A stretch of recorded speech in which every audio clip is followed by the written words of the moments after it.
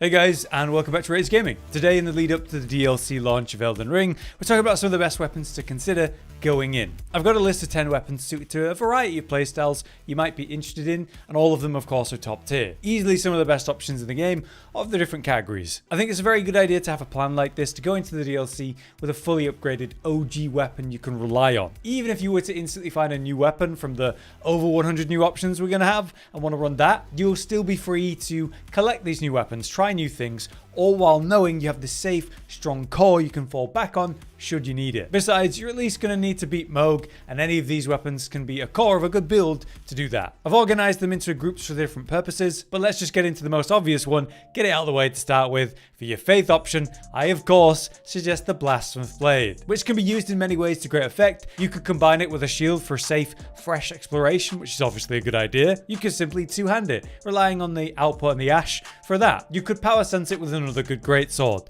of which there are many good options, but I might suggest the Golden Order greatsword as a fun and powerful one. But why is the weapon itself so good that it can be ran in so many different ways? We're talking about a greatsword that comes with physical and fire as the base. Fire damage can be incredible for new exploration. Many enemies in the original game are not just weak to it, but many can even burn in reaction, giving you more DPS windows. Further, it comes with a passive heal effect. You get healing from killing blows. You can actually just have it equipped on your back while two-handing another weapon, and you'll still get a benefit of that. The Ash of War deals insane damage though. You can spam it into bosses to even cause staggers, and the range of which is really good as well. It's easily one of the best weapons in the game. You could argue as the best overall just because of everything it brings to the table. So I'd say that's a well-known fact. Let's move on to our next faith option, which is technically a mix of faith and intelligence. It's the classic Sword of Night and Flame, which was once the best weapon for PvE hands down before some intense nerfs long ago. However, I believe it was patch 1.07 where a nice buff came in to bring it back into line. Not as busted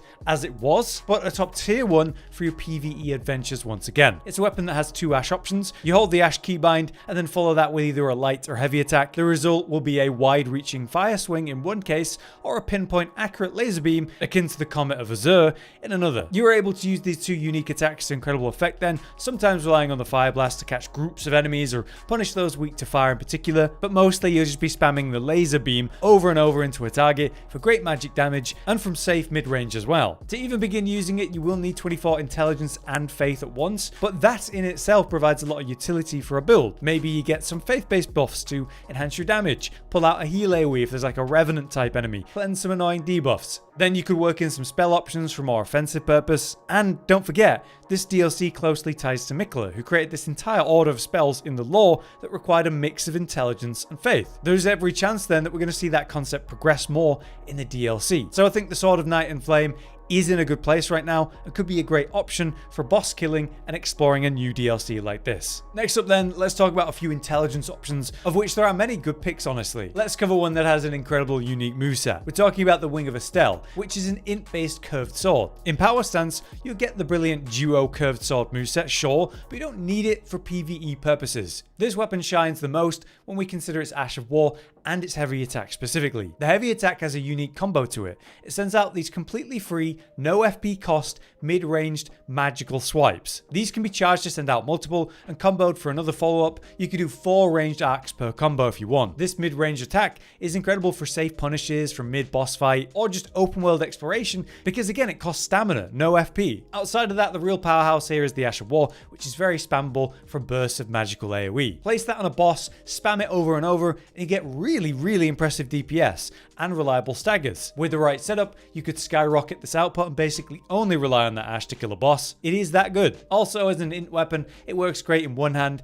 then you run a shield in the other, or maybe a staff for some spells. I think it's a top tier pick, and certainly a great intelligence one. But we can't talk about magic swords without bringing up the classic Dark Moon greatsword. The Moonlight, or Dark Moon in this case, has shown up in the series in one way or another, and so I'm very happy to see in Elden Ring it's a meta pick. This weapon has been fantastic for a long time, but over the length of Elden Ring's different patches, somehow the greatsword moveset's been improved a bit. The charge time on the heavy attack here has gotten faster. You can shotgun it for more damage. For a high intelligence based knight playstyle, you can't really ask for better. You buff up the weapon with the Ash, and then while it's lit up in the magical aura, you get even more frost potential build up for a bit of free status. While it's buffed though, you can now charge heavy attacks to send out these devastating magical arcs at targets at respectable range. The arc is wide enough to hit multiple targets if you want. It doesn't even cost FP to use, it's just activating the buff that costs that, so it's really effective on the resources. And honestly, with just a simple build designed to enhance heavy charged attacks, you can reach godly levels of burst with this thing, massive numbers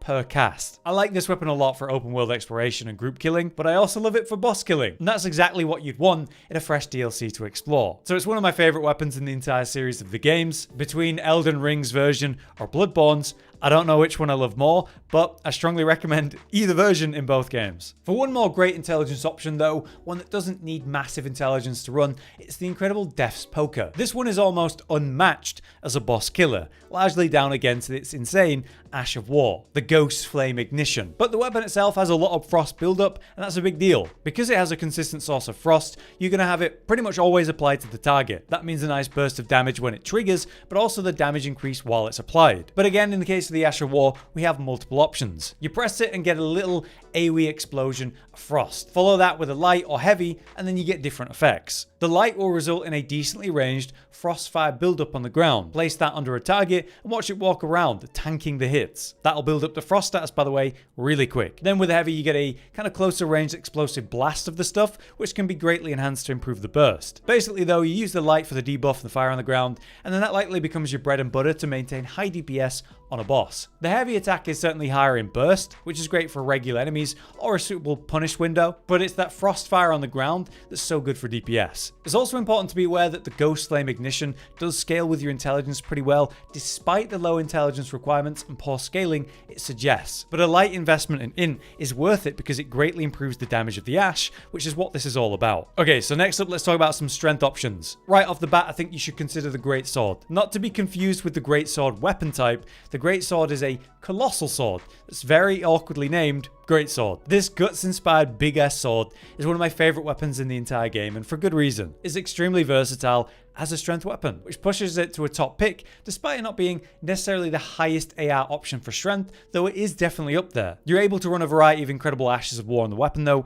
for incredible burst and stagger potential, to control a fight by punishing consistent windows for damage, and the heavy hitting nature of it will also lead to consistent staggers, whether you're in open world or a boss fight. Also, because it's just a big ass sword, it has a really good reach too. You can also get it right off the bat in a new playthrough by running straight to the location in early Caelid. For Ashes though, I'd probably pick something like Lion's Claw or Giant Hunt. There's hyper armor, big damage, big stagger, and you can also buff the weapon with different coatings for element effects, depending on what you're facing. I ran this weapon for my very first Elden Ring playthrough, and have since picked it up a bunch of times for fun, different builds, PvP, so I recommend it. Outside of the Greatsword, there's another great strength option for boss killing specifically that is top tier, and that's of course the Giant Crusher Hammer. This isn't my personal favorite strength weapon, but it's undeniably one of the best. Due to its amazing strength scaling and base AR, it's good. Combine that with its unique R2, which is one of the heaviest hitting single attacks in the game, well that's where it gets really busted. By committing fully to strength and this weapon's very straightforward playstyle,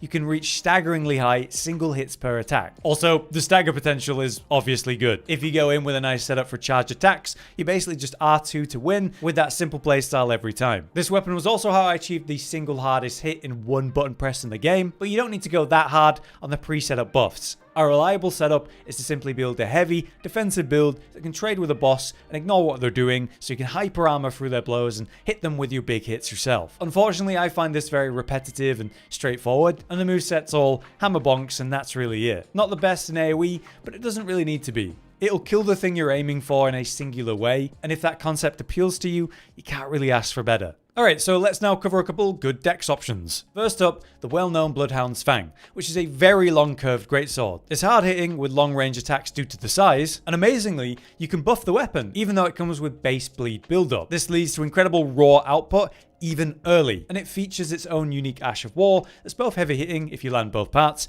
but also has iframes as part of the dash part. Also as a weapon, its jump attacks are some of the best in the game, which for beginner players is like bread and butter, a reliable way to deal damage and punish openings. For all those reasons and more, it's one of the most popular weapons to pick up in the early game. Hell, multiple people I know picked it up and never put it down for their entire first playthrough. And while it's a bit heavier as a dex weapon with some strength scaling behind it, meaning it's not exactly the most dex agile playstyle, it's still an evasive heavy hitter with that Ash. So I do think it's a good option to go into the DLC with while you work out what new weapon you might want to main once you get there. Next for dex though, I have to suggest the classic option, the Naga Kiba. The most versatile dex weapon you can think of. As a katana, it has the longest range of the bunch. As a weapon, you can run it as classic keen as a dex focused option, but you could go into bleed for status instead if you want. You could also equip a massive number of meta picks with the Ash of War, turning it into a mini yet more viable Rivers of Blood like I once did. Pick a really good burst ability, go for something more sustained DPS for bosses. You could run it solo or in power stance with another katana or even another Naga Kiba. It's such a strong, versatile base that's remained strong since day one, but contextually, I think it's only got better. As other crazy picks have had their highs and lows, been buffed and nerfed, this weapon's remained good and has only got better. I could probably fairly say it's my most used weapon overall just because of that. And you can get it really early too. So it's hard to beat for the variety of options it does provide with its great scaling, moveset and range. And if you're unsure and want a filler option to take into the DLC, this is going to be hard to beat. But that brings us to our last weapon. Let's go for a status or dex if you want, best option. For this one, I suggest 2 curved swords in power stance. These will have an incredible moveset. Compared to daggers, it's a bit slower, yes, but it's faster than most other weapon types. Then compared to daggers, you actually have a lot more raw damage behind them, and then a bit more stagger potential too. There's the insanely good running attack combo or jump attack spam combos you can do. But to be specific about the weapons, I'd recommend the Scavenger's curved swords, which awkwardly only one can be found per run. So you could have a friend drop you a second copy or go into New Game Plus yourself to get a second version. But if you don't want to do that, then I would definitely combine it with a Bandit's curved sword as a fantastic option. In any case, while you can run these as a deck setup or maybe other statuses, I do think this is best with bleed. The pace of the attacks allows for incredible build-up of bleed, and we all know how insanely effective bleed was in original Elden Ring. Most bosses in the game were not just a good target for it, but really vulnerable to it. And while I do speculate that the devs might be aware of that with how popular bleed was, maybe they'll have made bosses more resistant to it, but nothing suggests that as fact. It very well could be that bleed will kick ass for boss killing again. So if I were to run a bleed focused boss killing build again, I think the Scavengers and maybe the Bandit curved swords, investing a bit into arcane to make the bleed procs faster, yeah, that could be a great option in power stance specifically. But there you have it. 10 suggestions for different playstyles, all of which are incredibly strong. Obviously keep in mind that these are just top tier picks for their respective purposes. I've made this list with variety in mind, but there's still even more great weapons I could consider, but we've just limited this list to 10. I hope this gave you some good inspiration though, but definitely don't wait too much longer. You want a character and a build setup ready for the DLC, and we're now days away. Until next time then, I've been Hollow, you've been you. Thanks for watching. Josh, Cotton, and Hollow with the videos, dropping the humor like a hammer on your tippy toes, bringing entertainment on a daily arrangement to take our insanity and turn it into entertainment. Yes, I said entertainment twice, to reiterate that it is nice to look into your faces on a mostly daily basis when you let us in your homes to make the whole world a stage.